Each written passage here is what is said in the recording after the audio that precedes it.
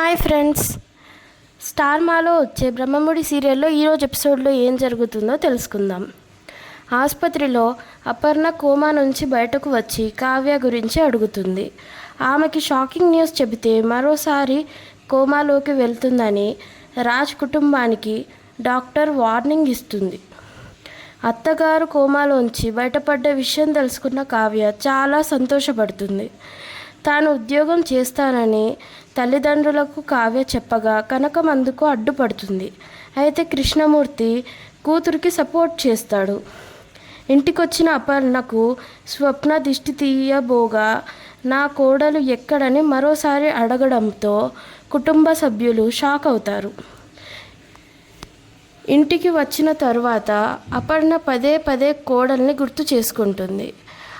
ఆమె ఎక్కడా కనిపించకపోయేసరికి రాజ్ను అడుగుతుంది.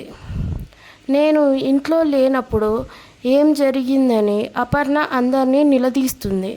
నీ కోడలు తప్పు చేయగా తాము నిలదీసేసరికి ఇంట్లో నుంచి వెళ్ళిపోయిందని రుద్రాని చెబుతుంది.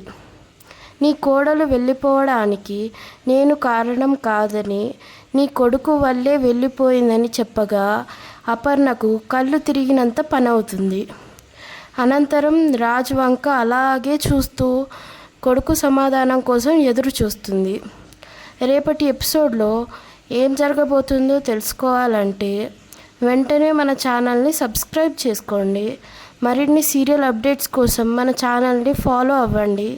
మీ ప్రోత్సాహంతో నేను మరిన్ని సీరియల్స్ అప్డేట్స్ పోస్ట్ చేస్తాను.